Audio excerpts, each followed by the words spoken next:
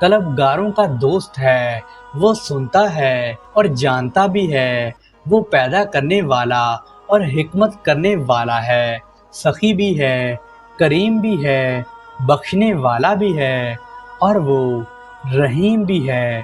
میں نے پوچھا، تجھے یہاں کس نے قید کیا ہے؟ تو وہ لونڈی کہنے لگی کہ حاسدوں نے مدد کی اور قول و قرار کیا، اور پھر وہ بلند آواز سے چلائی اور پھر سے بے ہوش ہو گئی۔ میں نے خیال کیا کہ شاید اس لونڈی نے اپنی زندگی ہی ختم کر لی ہے، لیکن دوستو وہ پھر میں ہوش آئی تو شیخ سری رحمت اللہ علیہ فرماتے ہیں، میں نے قید خانے کے دروغہ سے کہا کہ اس لونڈی کو چھوڑ دو، تو اس نے اس لونڈی کو چھوڑ دیا۔ میں نے کہا، جہاں تیرا دل چاہے چلی جا۔ تو وہ کہنے لگی کہ اے سری، میں کہاں جاؤں گی؟ اسے چھوڑ کر میرا کون سا رستہ ہے؟ میرے دل کے دوست نے اپنے مملوک انسان کو میرا مالک بنا دیا ہے۔ اگر میرا مالک راضی ہوگا تو میں چلی جاؤں گی، ورنہ صبر کروں گی۔ تو میں نے کہا، خدا کی قسم، یہ تو مجھ سے بھی زیادہ عقل مند ہے۔ میں اسی حال میں اس سے باتیں کر رہا تھا کہ اسی اثنا میں اس کا مالک وہاں پر آ گیا اور دروغہ سے پوچھنے لگا کہ اس کی لونڈی کہاں ہے؟ تو دروغہ کہنے لگا کہ اندر ہے، اور اس کے پاس شیخ سری سکتی رحمت اللہ علیہ بیٹھے ہوئے ہیں۔ تو مالک یہ سن کر بہت خوش ہوا اور اندر آیا اور کہنے لگا، مرحبا مرحبا، اور میری بہت تعظیم کرنے لگا۔ میں نے کہا، یہ لونڈی میری بنسبت تعظیم کی زیادہ حقدار ہے۔ اس کی کون سی حرکت تجھے ناپسند ہے جو تو نے اسے جیل میں بند کرا دیا ہے؟ تو اس کا مالک کہنے لگا، اس میں بہت سی باتیں ہیں، یہ نہ کھاتی ہے نہ پیتی ہے، یہ بے عقل ہے، یہ نہ خود سوتی ہے اور نہ ہم کو سونے دیتی ہے، یہ ہر وقت غور و فکر میں رہتی ہے، ذرا سی بات پر فوراً رو دیتی ہے، آہو بکا کرنے لگتی ہے۔ میں نے اپنا تمام مال 20,000 درہم مول دے کر اس کو خریدا تھا، اور میں نے یہ امید کی تھی کہ مجھے نفع حاصل ہوگا، کیونکہ حسن و جمال کے علاوہ یہ اور کام بھی جانتی ہے۔ تو میں نے اس کے مالک سے پوچھا، یہ اور کیا کام جانتی ہے؟ تو وہ کہنے لگا کہ حضور، یہ گانا جانتی ہے۔ میں نے پوچھا، کتنی مدت سے اس کو یہ مرض لاحق ہے؟ تو اس کے مالک نے کہا کہ حضور، 1 برس ہو گیا ہے۔ میں نے کہا، اس کی ابتدا کیسے ہوئی؟ تو وہ کہنے لگا کہ ایک مرتبہ یہ عود لیے گا رہی تھی کہ دفعتاً عود توڑ کر کھڑی ہو گئی اور چلانے لگی، تو میں نے اس کو انسان کی محبت کی تہمت لگائی۔ میں نے اس کی تحقیقات کی، مگر مجھے کچھ بھی پتہ نہیں چل پایا۔ پھر میں نے لونڈی سے پوچھا کہ بتا، تیرے ساتھ کیا معاملہ پیش آیا ہے؟ تو لونڈی نے زبان تیز اور جلے دل سے جواب دیا، میرے دل سے خدا نے مجھ کو خطاب کیا ہے، اور میرا واعظ میری زبان پر تھا، اور مجھ کو دوری کے بعد اس نے اپنے قریب کیا ہے، اور مجھ کو خدا نے خاص منتخب کر لیا ہے، اور جو کچھ مجھ سے پچھلی عمر میں گناہ ہوئے تھے میں ان سے ڈر گئی ہوں، مگر محبت نے میرے دل کا خوف دور کر دیا ہے۔ تو حضرت شیخ سری سکتی رحمت اللہ علیہ فرماتے ہیں کہ میں نے اس کے مالک سے کہا کہ اس کی قیمت میرے ذمے ہے اور میں تجھے اس سے بھی زیادہ دوں گا۔ تو وہ مالک کہنے لگا کہ ہائے محتاجی، تیرا برا ہو، تم تو ایک مرد فقیر ہو، اس کی قیمت کہاں دے پاؤ گے؟ تو میں نے کہا، جلدی نہ کرو، تم یہیں ٹھہرو، میں اس کی قیمت لے کر آتا ہوں۔ پھر میں وہاں سے غمگین روتا ہوا چل دیا۔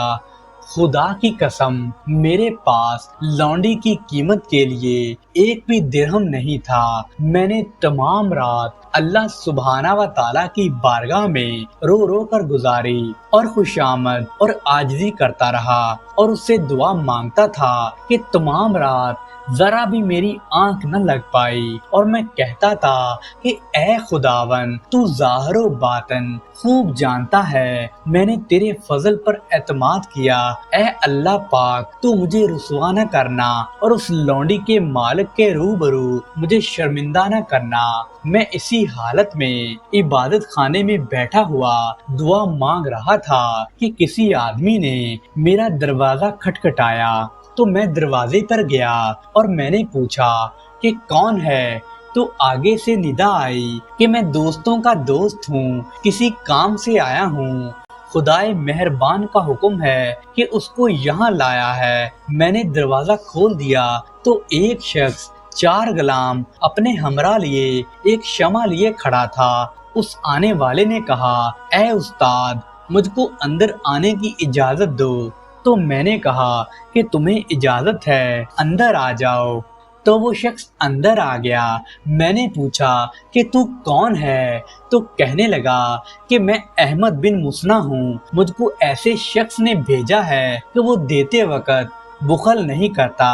میں آج رات سو رہا تھا کہ حاتف نے غیبی آواز میں مجھے پکار کر کہا کہ 5 توڑے اشرفیاں سری سکتی رحمت اللہ علیہ کے پاس لے جاؤ اور ان کا دل خوش کر دو اور وہ تحفے کو خرید لیں، کیونکہ ہم کو تحفے کے حال پر مہربانی آ گئی ہے۔ تو میں نے خدا کے شکر میں سجدہ ریز کیا اور اس نے مجھے یہ نعمت عطا کی ہے، اور میں فجر کا انتظار کرنے لگا۔ جب میں نے فجر کی نماز ادا کی تو احمد کا ہاتھ پکڑ کر اسے قید خانے لے گیا، اور لونڈی کا محافظ دائیں بائیں دیکھ رہا تھا۔ تو وہ مجھے دیکھ کر کہنے لگا، مرحبا مرحبا، آئیے، خدا اس لونڈی پر مہربان ہے۔ رات کو حاتف نے مجھے پکار کر کہا ہے، شیخ سری سکتی رحمت اللہ علیہ فرماتے ہیں کہ جب ہم نے اس کو دیکھا تو اس کے آنسو آ گئے اور کہا کہ تم نے مجھ کو سب لوگوں میں مشہور کر دیا ہے۔ اور اسی حال میں تحفے کا مالک روتا ہوا آ گیا، اس کا بھی دل غمگین تھا۔ میں نے کہا مت رو، جس قدر قیمت تم نے اس کی ادا کی تھی میں وہ بھی لایا ہوں اور 5000 نفع بھی دوں گا۔ اس نے کہا نہیں خدا کی قسم۔ میں نے کہا 10,000 نفع لے لو۔ تو اس نے کہا خدا کی قسم نہیں لوں گا۔ تو میں نے کہا قیمت کے برابر ہی نفع لے لو۔ تو وہ کہنے لگا اگر تمام دنیا اور اس کے عوض بھی دو گے تو میں قبول نہیں کروں گا، اور تحفہ خدا کے لیے آزاد کرتا ہوں۔ میں نے کہا کیا حال ہے؟ تو وہ کہنے لگا مجھے سخت تنبیہ اور جھڑکی دی گئی ہے کہ میں تمام حال چھوڑ کر خدا کی طرف بھاگا ہوں۔ خدا یا تو کشائش کے ساتھ میرا کفیل ہو اور میرے رزق کا ضامن ہو۔ اور پھر میری طرف ابن مسنہ متوجہ ہوئے۔ میں نے دیکھا تو وہ بھی رو رہے تھے۔ تو میں نے کہا کہ اے حضرت تم کیوں روتے ہو؟ تو وہ کہنے لگا خداوند تعالیٰ نے جس کام کے لیے مجھ کو بلایا وہ مجھ سے راضی نہیں ہوا۔ تم گواہ رہو، میں نے اپنا تمام مال اللہ سبحانہ و تعالیٰ کی راہ میں خیرات کر دیا۔ میں نے کہا کہ یہ لونڈی کیا بڑی صاحب برکت والی ہے، اور وہ روتی ہوئی ایک طرف کو نکل کھڑی ہوئی۔ تو ہم لوگوں نے اس سے کہا کہ خدا نے تم کو قید سے آزاد کر دیا ہے تو پھر تم کیوں روتی ہو؟ پھر ہم قید خانے کے دروازے سے نکلے کہ اس عورت کو تلاش کریں، لیکن وہ عورت کہیں بھی نظر نہیں آئی، اور بعد میں کہا جاتا ہے کہ وہ عورت کچھ عرصے کے بعد دنیا سے کوچ کر گئی۔ تو پھر حضرت نے اس کا غسل و کفن کر کے کی نماز جنازہ پڑھائی۔ اللہ سبحانہ و تعالیٰ کی ان پر رحمت ہو۔ سبحان اللہ۔ پیارے دوستو، ایک مرتبہ حضرت علی احمد صابر کلیری رحمت اللہ علیہ نے اپنے ایک خلیفہ حضرت خواجہ شمس الدین ترک رحمت اللہ علیہ کو پانی پت میں مستقل سکونت اختیار کرنے کا حکم فرمایا اور ارشاد فرمایا کہ پانی پت کی ولایت ان کے سپرد کر دی گئی ہے، اور وہ وہاں جا کر قیام کریں اور اللہ سبحانہ و تعالیٰ کے بندوں کو فیض پہنچائیں۔ چنانچہ حضرت خواجہ شمس الدین ترک رحمت اللہ علیہ اسی وقت پانی پت کے لیے روانہ ہو گئے۔ دوستو، پانی پت پہنچ کر ایک دیوار کے سائے تلے آپ رحمت اللہ علیہ نے قیام فرمایا اور ان کی آمد کی اطلاع حضرت بو علی شاہ قلندر رحمت اللہ علیہ کو اپنے نور باطن سے ہو گئی، تو حضرت شمس الدین ترک رحمت اللہ علیہ نے دودھ سے بھرا ہوا ایک پیالہ اپنے خادم کے ہاتھ حضرت بو علی شاہ قلندر رحمت اللہ علیہ کے پاس بھیجا اور اپنا سلام کہلوایا، تو حضرت بو علی قلندر رحمت اللہ علیہ کی خدمت میں جب دودھ سے بھرا ہوا پیالہ پیش کیا گیا تو آپ رحمت اللہ پہلے تو مسکرائے اور پیالے پر گلاب کا ایک پھول رکھ کر پیالہ خادم کو واپس کر دیا۔ جب وہ دودھ کا پیالہ واپس حضرت خواجہ شمس الدین ترک رحمت اللہ علیہ کے پاس پہنچا تو وہ بھی یہ دیکھ کر مسکرا دیے۔ حاضرین یہ صورتحال دیکھ کر بڑے حیران ہوئے اور حضرت خواجہ شمس الدین سے اس کے بارے میں پوچھنے لگے، تو آپ نے فرمایا کہ حضرت بو علی قلندر رحمت اللہ علیہ کی خدمت میں دودھ کا پیالہ بھیجنے کا مقصد یہ تھا کہ حضرت علی احمد صابر کے فرمان کے مطابق پانی پت کی ولایت میرے سپرد ہو چکی ہے، اور اس لیے یہاں پر اب آپ کے لیے کوئی جگہ نہیں ہے۔ لیکن حضرت بو علی قلندر رحمت اللہ علیہ نے جو اس پر پھول رکھ کر واپس کیا تو اس کا مطلب یہ تھا کہ ان کا پانی پت کی ولایت سے کوئی تعلق نہیں ہوگا، اور وہ پانی پت میں اس طرح سے رہیں گے جس طرح کہ دودھ کے بھرے ہوئے پیالے پر گلاب کا پھول پڑا ہوا ہے۔ کچھ لوگوں نے اس کے متعلق حضرت بو علی قلندر رحمت اللہ علیہ سے بھی پوچھا تو آپ نے بھی وہی ارشاد فرمایا۔ سبحان اللہ۔ پیارے دوستو، بغداد شریف میں ایک تاجر رہتا تھا جو ہمیشہ بزرگان دین کی بہت زیادہ برائی کیا کرتا تھا۔ ایک شیخ فرماتے ہیں کہ کچھ عرصہ بعد میں نے اسے بزرگان دین کی صحبت میں بیٹھے ہوئے دیکھا تو اس تاجر نے اپنا سارا مال ان بزرگان دین کی خدمت میں خرچ کر دیا تھا۔ تو میں نے اس سے پوچھا کہ تم تو بزرگان دین اور صوفیہ کرام سے بغض رکھتے تھے، تو پھر یہ انقلاب کیسا؟ تو وہ تاجر کہنے لگا کہ میں نے ایک دن جمعہ کی نماز پڑھی تو میں نے حضرت بشر حافی رحمت اللہ علیہ کو دیکھا کہ وہ تیزی کے ساتھ جامعہ مسجد سے نکل کر باہر جا رہے تھے۔ تو میں نے اپنے جی میں کہا کہ دیکھوں تو صحیح اس شخص کو جو بہت بڑا صوفی بنا پھرتا ہے اور ایک لحظہ مسجد میں نہیں ٹھہرتا، آخر یہ کہاں جاتا ہے؟ تو میں اس کے پیچھے پیچھے چل دیا تو میں نے دیکھا کہ اس نے بازار میں نان بائی سے نرم نرم روٹیاں خریدی۔ میں نے اپنے دل میں کہا کہ یہ صوفی ہیں اور نرم نرم روٹیاں خریدتے ہیں، پھر کبابی سے 1 درہم کے کباب بھی خرید لیے۔ تو میرا غصہ اور زیادہ ہو گیا۔ پھر وہ وہاں سے ایک حلوائی کی دکان پر آئے اور 1 درہم کا فلودہ خریدنے لگے۔ تو میں نے سوچا جب یہ کھانے بیٹھے گا تو میں اس سے لڑائی کروں گا۔ اس طرح انہوں نے جنگل کا راستہ لیا تو مجھے خیال آیا کہ شاید یہ سبزہ زار کی تلاش میں ہیں اور وہاں بیٹھ کر یہ سب کھانا کھائیں گے۔ چنانچہ میں بھی آہستہ آہستہ چلتا چلتا ان کے پیچھے ہو لیا۔ وہ عصر تک چلتے رہے اور عصر کے وقت وہ ایک گاؤں میں پہنچے اور اس گاؤں کی مسجد میں داخل ہو گئے۔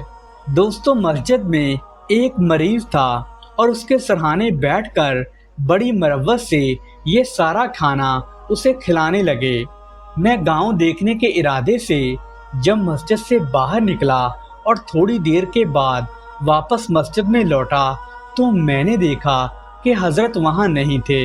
تو میں نے اس مریض سے پوچھا کہ بشر حافی کہاں گئے ہیں؟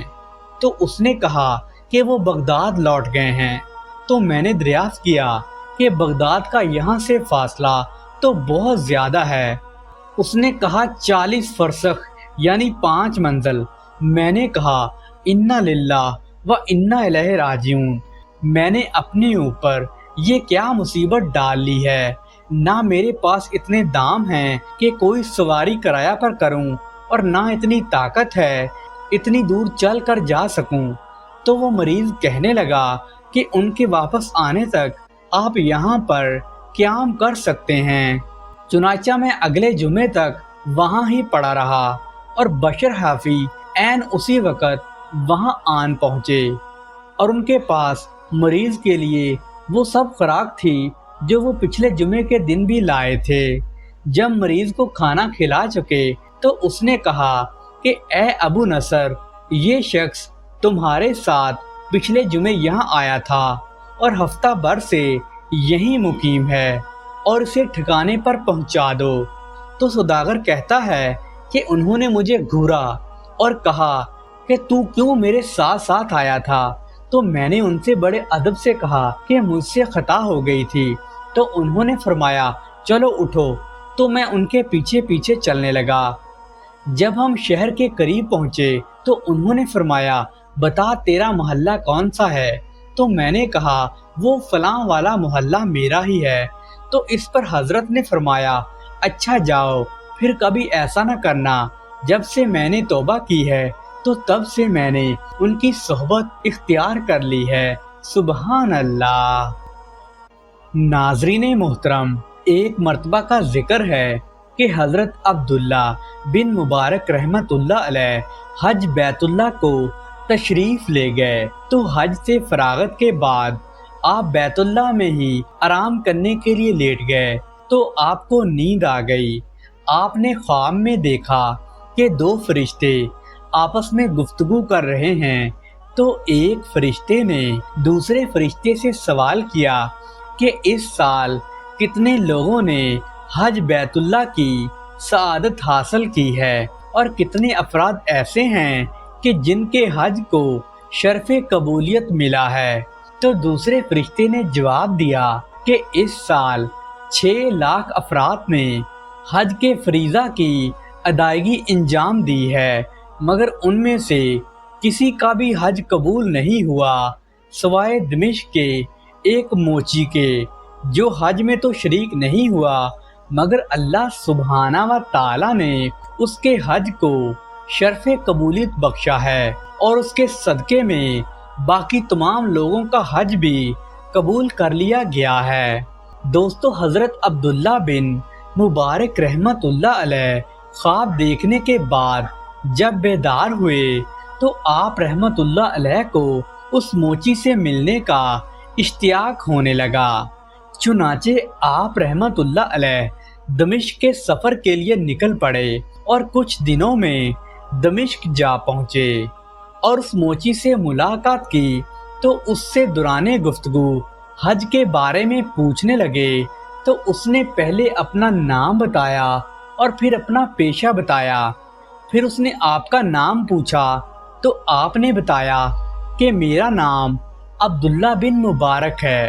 نام سنتے ہی وہ موچی چیخ مار کر بے ہوش ہو گیا۔ دوستو، جب وہ موچی دوبارہ ہوش میں آیا تو اپنا واقعہ اس نے اس طرح سے بیان کیا کہ ایک مدت سے میرے دل میں حج کی خواہش تھی، اور اس مقصد کے لیے میں نے 300 درہم بھی جمع کر لیے تھے، مگر ایک روز میرے ہمسایہ کے گھر کھانا پکنے کی خوشبو آئی تو میری بیوی کہنے لگی کہ اس کے یہاں سے تم بھی کچھ مانگ لاؤ تاکہ ہم بھی کچھ کھا لیں۔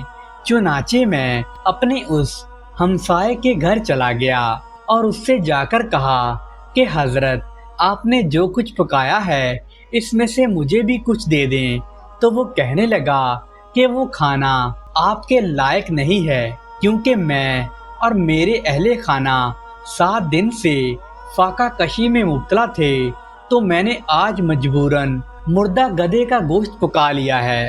یہ سن کر میں اللہ سبحانہ و تعالیٰ کے خوف سے کانپ اٹھا اور واپس اپنے گھر آیا، اور وہاں سے میں نے اپنی تمام جمع شدہ رقم لی اور اس ہمسائے کو دے ڈالی، اور اپنے دل میں یہ تصور کرنے لگا کہ ایک مسلمان کی مدد کرنا گویا حج کرنے کے برابر ہی ہے۔ تو حضرت عبداللہ بن مبارک رحمت اللہ علیہ نے جب اس موچی کا یہ واقعہ سنا تو آپ رحمت اللہ علیہ نے فرمایا، خواب میں فرشتوں نے واقعہ ہی درست کہا تھا، اور اس میں اللہ ہی قضاء و قدر کا مالک ہے۔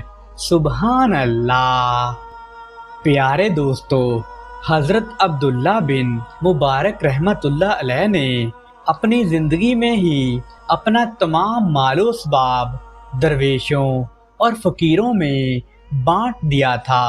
ایک مرتبہ کا ذکر ہے کہ آپ رحمت اللہ علیہ کے پاس ایک مہمان آیا، تو آپ رحمت اللہ علیہ کے پاس جو کچھ بھی تھا آپ نے وہ سب مہمان نوازی کرنے پر خرچ کر ڈالا، اور آپ نے فرمایا کہ مہمان تو اللہ سبحانہ و تعالیٰ کا بھیجا ہوا ہوتا ہے، اور جہاں تک بھی ہو سکے اس کی خدمت بجا لانی چاہیے۔ تو آپ رحمت اللہ علیہ کی بیوی اس معاملے میں آپ رحمت اللہ علیہ سے جھگڑا کرنے لگی، تو آپ رحمت اللہ علیہ نے فرمایا، ایسی عورت جو نیکی کے کام میں میرے ساتھ جھگڑے اسے اس گھر میں ہرگز نہیں ہونا چاہیے۔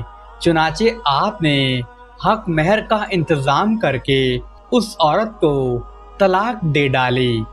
دوستو، اللہ سبحانہ و تعالیٰ کی قدرت سے ایک دن حضرت عبداللہ بن مبارک رحمت اللہ علیہ ایک جگہ پر بیان فرما رہے تھے کہ ایک سردار کی بیٹی بھی آپ کا بیان سن رہی تھی، اور آپ کے بیان کا اس کے دل پر اتنا زیادہ اثر ہوا کہ وہ لڑکی جب اپنے گھر واپس لوٹی تو وہ اپنے والد سے کہنے لگی کہ ابا جان، میرا نکاح حضرت عبداللہ بن مبارک رحمت اللہ علیہ کے ساتھ پڑھا دیا جائے۔ تو اس کے والد نے اپنی بیٹی کی بات مانتے ہوئے اسے 50,000 دینار دیے، اور پھر اس کا نکاح آپ رحمت اللہ علیہ سے کرا دیا۔ دوستو، ایک دن حضرت عبداللہ بن مبارک رحمت اللہ علیہ نے جب خواب میں یہ آواز سنی کہ اے عبداللہ، تو نے ہمارے لیے اپنی بیوی کو طلاق دی تھی، تو اب ہم نے یہ عورت تجھے اس کے بدلے میں عطا کر دی ہے، تاکہ تجھے اچھی طرح علم ہو جائے کہ جو کوئی بھی اللہ سبحانہ و تعالیٰ کے ساتھ اچھا معاملہ کرتا ہے وہ کبھی بھی گھاٹے میں نہیں رہتا۔ سبحان اللہ۔ پیارے دوستو، ایک مرتبہ حضرت ابراہیم ادھم رحمت اللہ علیہ سمندری جہاز میں بیٹھے سفر کر رہے تھے، اور آپ نے اپنے اوپر ایک کمبل لپیٹا ہوا تھا، اور آپ رحمت اللہ علیہ اس وقت مراقبے کی حالت میں تھے۔ سفر شروع کیے ابھی تھوڑی دیر ہی گزری تھی کہ سخت طوفانی ہوائیں چلنا شروع ہو گئیں، اور یہاں تک کہ جہاز کے ڈوبنے کا خطرہ پیدا ہو گیا۔ جہاز میں سوار تمام مسافروں نے ہلچل مچانا شروع کر دی، اور ہر طرف گھبراہٹ اور افراتفری پھیل گئی، مگر حضرت ابراہیم ادھم رحمت اللہ علیہ بالکل خاموش اور سکون و اطمینان سے تشریف فرما تھے، اور تمام مسافر آپ رحمت اللہ علیہ کی خدمت میں بھاگے ہوئے آئے، اور آپ رحمت اللہ علیہ سے کہنے لگے کہ حضور، یہ کیسی عجیب بات ہے کہ ہم ہلاکت کے طوفان میں گرے ہوئے ہیں، اور سخت طوفانی ہواؤں سے جہاز کے غرق ہونے کا خطرہ بڑھتا ہی جا رہا ہے، اور آپ ہیں کہ سکون سے آرام فرما رہے ہیں۔ تو تب حضرت ابراہیم ادھم رحمت اللہ علیہ نے اپنا سر مراقبے سے اٹھایا اور فرمانے لگے کہ اے اللہ سبحانہ و تعالی، ہم نے تیری قدرت کاملہ کو دیکھ لیا ہے، اور اب اپنے فضل و کرم سے ہم پر رحم فرما۔ دوستو، آپ رحمت اللہ علیہ نے جیسے ہی الفاظ اپنی زبان سے ادا فرمائے تھے کہ اسی وقت طوفانی ہوائیں چلنا بند ہو گئیں اور جہاز سکون کے ساتھ اپنی منزل کی طرف دوبارہ سے چلنا شروع ہو گیا۔ پیارے دوستو، آپ رحمت اللہ علیہ نے جب بلخ کی سلطنت کو خیر باد کہہ دیا تو اس وقت آپ رحمت اللہ علیہ کا ایک بہت چھوٹا سا بچہ تھا۔ جب اس بچے نے جوان ہو کر پوچھا کہ میرے والد کہاں ہیں تو اس کی والدہ ماجدہ نے پورا واقعہ بیان کرنے کے بعد بتایا کہ وہ اس وقت مکہ معظمہ میں مقیم ہیں۔ تو اس کے بعد اس لڑکے نے پورے شہر میں منادی کرا دی، جو لوگ میرے ساتھ حج کے سفر پر چلنا چاہتے ہیں تو میں ان سب لوگوں کے اخراجات اٹھاؤں گا۔ یہ منادی سن کر تقریباً 4000 افراد آپ کے ساتھ چلنے کے لیے تیار ہو گئے، جن کو وہ لڑکا اپنے ہمراہ لے کر اپنے والد محترم کے دیدار کی تمنا میں بیت اللہ شریف پہنچ گیا۔ اور جب اس نے مشائخین حرم سے اپنے والد محترم کے بارے میں دریافت کیا تو انہوں نے کہا کہ وہ تو ہمارے مرشد ہیں اور اس وقت وہ جنگل میں ملیں گے۔ تو دوستو، وہ لڑکا اس نیت سے جنگل کی جانب چل پڑا اور ایک بوڑھے کو سر پر لکڑیوں کا بوجھ لاتے ہوئے دیکھا تو گویا فرط محبت سے وہ لڑکا بے تاب ہو گیا، لیکن بطور سعادت مندی اور ناواقفیت کی وجہ سے اس نے خاموشی کے ساتھ ساتھ آپ کا پیچھا کرنا شروع کر دیا۔ جب آپ رحمت اللہ علیہ بازار پہنچ گئے تو وہاں جا کر حضرت ابراہیم ادم رحمت اللہ علیہ نے آواز لگائی کہ کون ہے جو پاکیزہ مال کے عوض پاکیزہ مال خرید لے۔ یہ سن کر ایک شخص نے روٹیوں کے عوض میں آپ سے وہ لکڑیاں خرید لیں، جن کو آپ رحمت اللہ علیہ نے اپنے ارادت مندوں کے سامنے لے جا کر رکھ دیا اور خود نماز پڑھنے میں مشغول ہو گئے۔ آپ اپنے عقیدت مندوں کو ہمیشہ سے یہ ہدایت فرمایا کرتے تھے کہ کبھی کسی عورت یا بے رش لڑکے کو نظر بھر کر نہ دیکھنا، اور خصوصاً اس وقت بہت محتاط رہنا جب ایام حج کے دوران کثیر عورتیں اور بے رش لڑکے جمع ہو جاتے ہیں، اور تمام افراد اس ہدایت کے پابند رہتے تھے اور آپ کے ہمراہ طواف میں شریک رہتے تھے۔ لیکن دوستو، ایک مرتبہ حالت طواف میں ہی آپ کا لڑکا آپ کے سامنے آ گیا اور بے ساختہ آپ کی نگاہیں اس پر جم گئیں، اور فراخت طواف کے بعد آپ کے عقیدت مندوں نے عرض کیا کہ اللہ آپ رحمت اللہ علیہ کے اوپر رحم فرمائے۔ آپ نے جس بات سے باز رہنے کی ہمیں ہدایت کی تھی، آپ تو خود ہی اس میں ملوث ہو گئے ہیں، کیا آپ اس کی وجہ بیان کر سکتے ہیں؟ تو آپ رحمت اللہ علیہ نے فرمایا کہ یہ بات تو تمہارے علم میں نہیں ہے کہ جب میں نے بلخ شہر کو خیر آباد کہا تھا تو اس وقت میرا ایک چھوٹا سا بچہ تھا، اور مجھے یقین ہے کہ یہ وہی بچہ ہے۔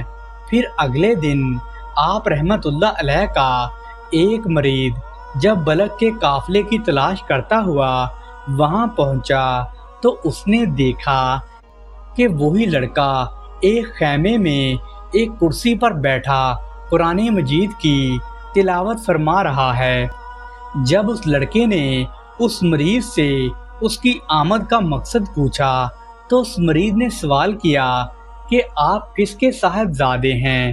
یہ سنتے ہی اس لڑکے نے روتے ہوئے کہا، میں نے اپنے والد کو نہیں دیکھا، لیکن کل ایک بوڑھے لکڑہارے کو دیکھ کر مجھے یہ محسوس ہوا کہ شاید یہی میرے والد ہیں، اور اگر میں ان سے پوچھ گچھ کرتا تو مجھے اندیشہ تھا کہ کہیں وہ فرار ہو جاتے، کیونکہ وہ گھر سے فرار ہیں اور ان کا اسم گرامی ابراہیم بن ادم ہے۔ یہ سن کر مرید نے کہا تو چلیے میں ان سے آپ کی ملاقات کرا ہی دیتا ہوں، اور اپنے ہمراہ آپ کی بیوی اور لڑکے کو لے کر بیت اللہ میں داخل ہو گیا۔ اور جس وقت آپ کی بیوی اور بچے پر آپ رحمت اللہ علیہ کی نظر پڑی تو فرط جذبات سے بے تابانہ آپ ان دونوں سے لپٹ گئے اور روتے روتے ہی بے ہوش سے ہو گئے۔ اور ہوش آنے کے بعد جب حضرت ابراہیم رحمت اللہ علیہ نے پوچھا کہ تمہارا دین کیا ہے تو اس لڑکے نے جواب دیا کہ میرا دین دین اسلام ہے۔ تو آپ نے پھر سوال کیا کہ کیا تم نے قرآن مجید پڑھا ہے؟ تو لڑکے نے ہاں میں جواب دیا۔ تو پھر آپ رحمت اللہ علیہ نے اس لڑکے سے پوچھا کہ کیا آپ نے اس کے علاوہ بھی کوئی تعلیم حاصل کی ہے؟ تو اس لڑکے نے کہا جی ہاں۔ یہ سن کر آپ رحمت اللہ علیہ نے فرمایا الحمدللہ، جس کے بعد آپ رحمت اللہ علیہ جانے کے لیے اٹھے تو بیوی اور بچے نے بے حد اصرار کر کے آپ کو اپنے پاس روک لیا۔ پیارے دوستو، ایک بزرگ فرماتے ہیں کہ ایک مرتبہ میں حضرت ابراہیم ادم رحمت اللہ علیہ کے ہمراہ ساحل سمندر پر چلے جا رہا تھا کہ چلتے ہوئے ہم ایک جنگل میں پہنچے۔ جنگل میں بہت سی خشک لکڑیاں پڑی ہوئی تھیں، تو ہم نے کہا کہ اگر ہم رات اس مقام پر گزارتے ہیں تو ان خشک لکڑیوں کو جلا کر کچھ راحت محسوس ہوگی۔ تو حضرت ابراہیم ادم رحمت اللہ علیہ نے فرمایا اچھی بات ہے، آج رات یہیں رک جاتے ہیں۔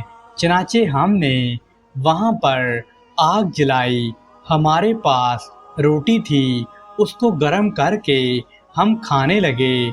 ہم میں سے ایک نے کہا یہ انگارے کتنے اچھے ہیں، اگر اس وقت گوشت ہوتا تو انہیں خوب بھون کر کھاتے۔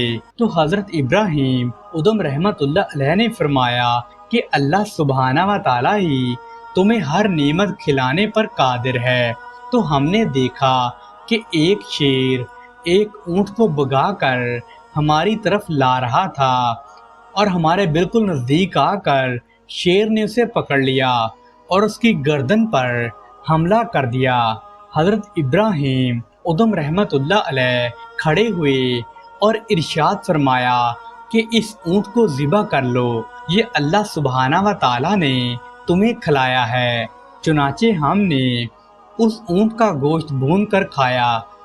پیارے دوستو، ایک مرتبہ کا ذکر ہے کہ حضرت معروف کرخی رحمت اللہ علیہ دریائے دجلہ کے نزدیک اپنا مصلی اور قرآن مجید چھوڑ کر طہارت کی نیت سے دریائے دجلہ کے کنارے پر چلے گئے۔ جب آپ رحمت اللہ علیہ طہارت میں مصروف تھے کہ وہاں پر ایک بوڑھی عورت آئی۔ اس عورت کو چوری کرنے کی عادت تھی۔ اس نے جب مصلی اور قرآن مجید دیکھا تو وہ اسے اٹھا کر چلتی بنی۔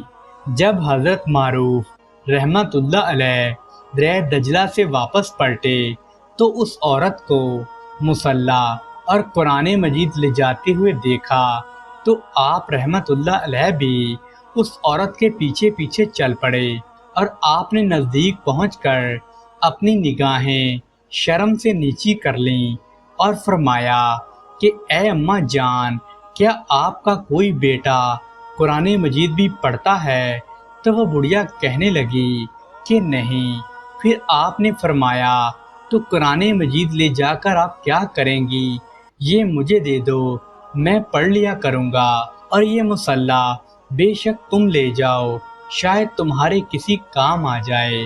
دوستو، اسی بات کا سننا تھا کہ وہ بوڑھی عورت نہایت شرمندہ ہوئی اور اس نے اسی وقت چوری سے توبہ کر لی۔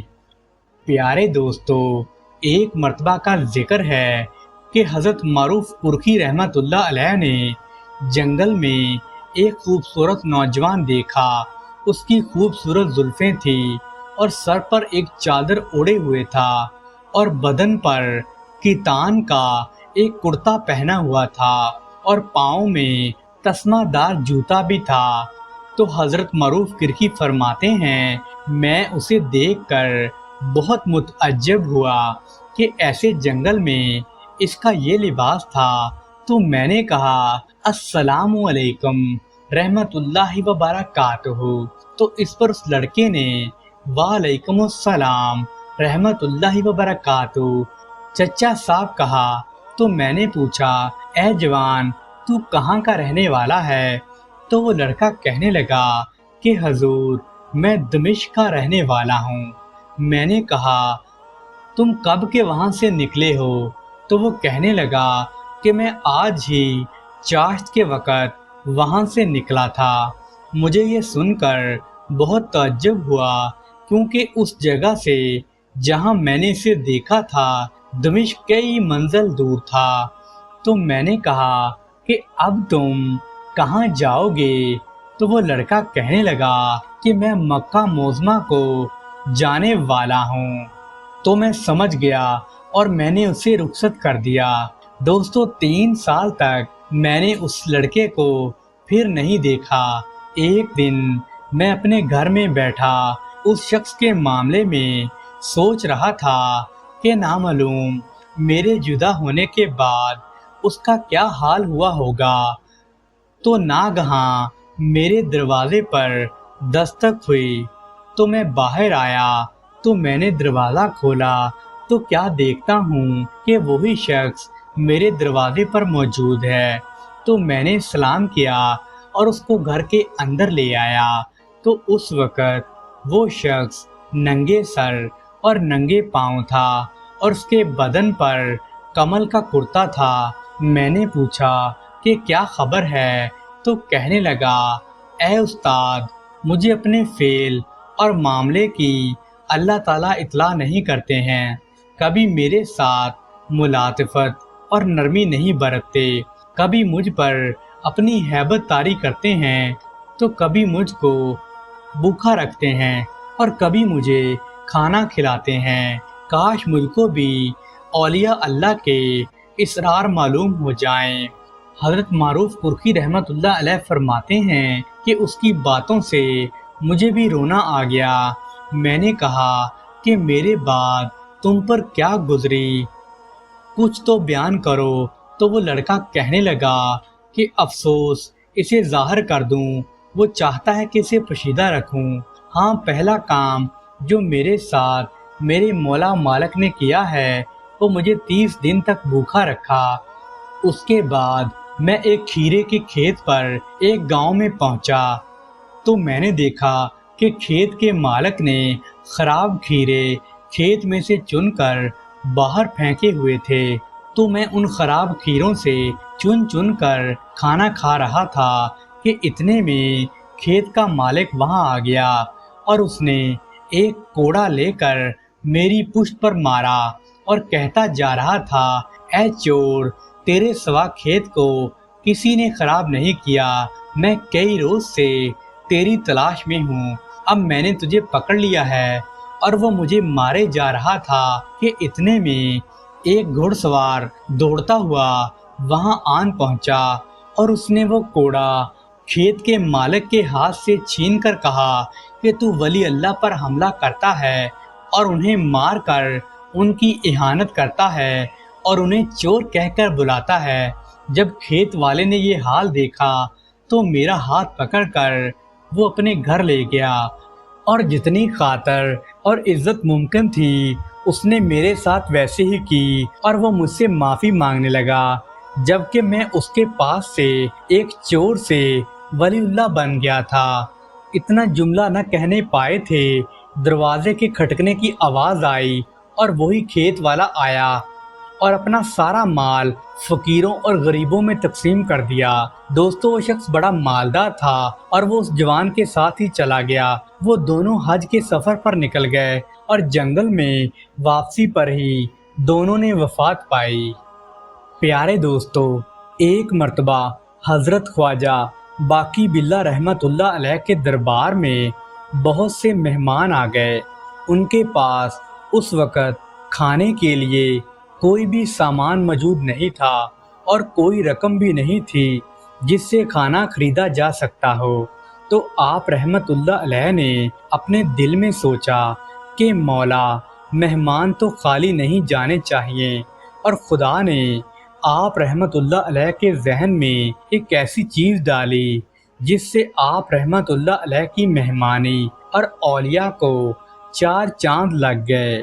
آپ رحمت اللہ علیہ نے اپنے خادم سے کہا کہ جاؤ اور فلاں نان بائی سے کہو کہ 5-6 آدمیوں کا کھانا بھجوا دے کہ اس کو معاوضہ اس کی منشا کے مطابق ملے گا۔ آپ رحمت اللہ علیہ کے حکم کے مطابق آپ کا خادم نان بائی کی خدمت میں حاضر ہوا اور آپ کا حکم اس کو سنا دیا۔ تو نان بائی بولا، میں نے اس وقت نہاری پکا رکھی ہے اور روٹیاں بھی تیار ہیں، لیکن میں کھانا اس شرط پر دوں گا کہ خواجہ صاحب نے جو وعدہ کیا ہے کہ معاوضہ مجھے حسب منشا ملے گا وہ پورا کریں۔ تو خادم نے نان بھائی سے کہا، خواجہ صاحب جو بات کرتے ہیں وہ پوری بھی کرتے ہیں، اس لیے تم بے فکر رہو۔ تو نان بھائی بولا، میرا معاوضہ کوئی ایسا ویسا نہیں ہوگا، میں تو معاوضے میں ہندوستان کی حکومت طلب کروں گا، اور اگر وہ مجھے مل جائے تو میں خواجہ صاحب کو اللہ کا ولی مان لوں گا۔ تو خادم نے کہا، تو ایسے کرو کہ کھانا لے کر میرے ساتھ چلو اور خود ہی خواجہ صاحب سے اس بارے میں بات کر لینا۔ تو دوستو، وہ دونوں لوگ خواجہ صاحب کی خانقاہ میں پہنچ گئے۔ تو خادم نے نان بائی کا مطالبہ خواجہ صاحب کے سامنے رکھ دیا۔ تو آپ رحمت اللہ علیہ نے فرمایا، تم فکر مت کرو، مہمانوں کو پیٹ بھر کر کھانا کھانے دو، پھر تمہیں تمہارا معاوضہ تمہاری خواہش کے مطابق ہی ملے گا۔ دوستو، نان بائی چپکا ہو کر ایک طرف بیٹھ گیا اور مہمان اور خواجہ صاحب کھانا کھانے میں مصروف ہو گئے۔ جب سب لوگ کھانا کھا کر بیٹھ گئے تو خواجہ صاحب نے نان بھائی سے کہا، دیکھو تمہارا کھانا بڑا لذیذ تھا اور سب نے بڑا خوش ہو کر کھایا، اب تم واقعی اس بات کے حقدار ہو کہ تمہیں اس کا معاوضہ تمہاری منشا کے مطابق دیا جائے، اس لیے تم خود ہی بتا دو کہ تم معاوضے میں کیا چاہتے ہو۔ دوستو، نان بھائی بولا، مجھے تو ہندوستان کی حکومت کی طلب تھی، مگر آپ کی شکل دیکھ کر میں نے اپنا ارادہ بدل دیا ہے۔ اب میں صرف یہ چاہتا ہوں کہ میں شکل و صورت اور اعمال و کردار اور سیرت میں آپ جیسا بن جاؤں۔ پھر آپ رحمت اللہ علیہ نے نان بھائی سے فرمایا، ایسا کیوں کر ممکن ہو سکتا ہے، اس لیے تم کچھ اور طلب کر لو۔ تو نان بھائی نے تمسخرانہ انداز میں کہا کہ اگر آپ میری یہ خواہش پوری نہیں کر سکتے تو دوسری کیسے کریں گے؟ میں نے جو مانگنا تھا وہ مانگ لیا، میں اس میں کوئی تبدیلی نہیں کروں گا۔ اگر آپ میری خواہش پوری کر سکتے ہیں تو صحیح، ورنہ میں یہاں سے جاتا ہوں۔ تب آپ رحمت اللہ علیہ نے فرمایا کہ میں نے جو وعدہ کیا ہے اس کو تو ضرور پورا کروں گا، لیکن میں چاہتا ہوں کہ تو اپنی خواہش بدل لیتا تو اچھا تھا۔ تو اس نے کہا، آپ میری پہلی خواہش ہی پوری فرما دیں، یہی میری آخری خواہش ہے، آپ کو اس کو پورا کرنے میں تامل کیوں ہے؟ تو آپ رحمت اللہ علیہ نے جواب دیا کہ مجھے کوئی تامل نہیں ہے، مگر وہ خواہش تمہاری حیثیت سے بہت زیادہ ہے، کیونکہ جس برتن میں جتنی چیز سمائی ہوتی ہے اگر اس میں زیادہ چیز ڈال دی جائے تو اس کے دو ہی نتیجے ہوتے ہیں، یا تو وہ برتن ٹوٹ جاتا ہے یا وہ چیز باہر نکل پڑتی ہے۔ تو نان بھائی بولا، حضرت آپ کی باتیں میری سمجھ سے بالا تر ہیں، لہذا آپ میرا مقصد پورا کیجئے۔ تو خواجہ صاحب نے کچھ دیر خاموشی فرمائی اور اس کو اپنے ساتھ ایک حجرے میں لے گئے۔ خادم اور مہمان دونوں نان بھائی اور خواجہ صاحب کی گفتگو سن رہے تھے اور حیران تھے کہ جو خواہش اس نے کی ہے وہ کیسے پوری ہوگی۔ وہ دونوں کے حجرے سے باہر نکلنے کا انتظار کرنے لگے۔ دوستو تھوڑی دیر کے بعد جب حجرے کا دروازہ کھلا تو اس کے اندر سے خواجہ باقی اللہ رحمت اللہ علیہ نکلے۔ تو دونوں کی شکل و صورت ایک جیسی تھی، چال ڈھال بھی ایک جیسی تھی۔ فرق صرف اتنا تھا کہ ایک ہوشیار تھا اور دوسرا مدہوش، اور اس کے پاؤں لڑکھڑا رہے تھے، مگر دوسرا بالکل ٹھیک ٹھاک تھا۔ جو ٹھیک ٹھاک تھے وہ اصل میں حضرت خواجہ باقی اللہ رحمت اللہ علیہ تھے۔ تھوڑی دیر میں جو مدہوش خواجہ باقی اللہ تھا وہ در حقیقت میں نانبائی تھا۔ وہ زمین پر ڈھیر ہو گیا تو خواجہ باقی اللہ نے فرمایا کہ میں نے اس سے کہا تھا کہ جس برتن میں جتنی جگہ ہو اس میں اتنی ہی چیز ڈالنی چاہیے، کیونکہ یا تو چیز چھلک پڑتی ہے یا پھر برتن ٹوٹ جاتا ہے۔ چنانچہ اس نانبائی پر مدہوشی طاری ہو گئی اور وہ 3 دن تک ایسے ہی بے ہوش رہا۔ دوستو اس واقعہ کی اتنی زیادہ شہرت ہوئی کہ لوگ دور دور سے خواجہ باقی اللہ نانبائی کو دیکھنے آتے تھے، اور چند ہی روز میں نانبائی اللہ کو پیارا ہو گیا، مگر اس کو نانبائی باقی اللہ کے نام سے ہی یاد کیا جانے لگا۔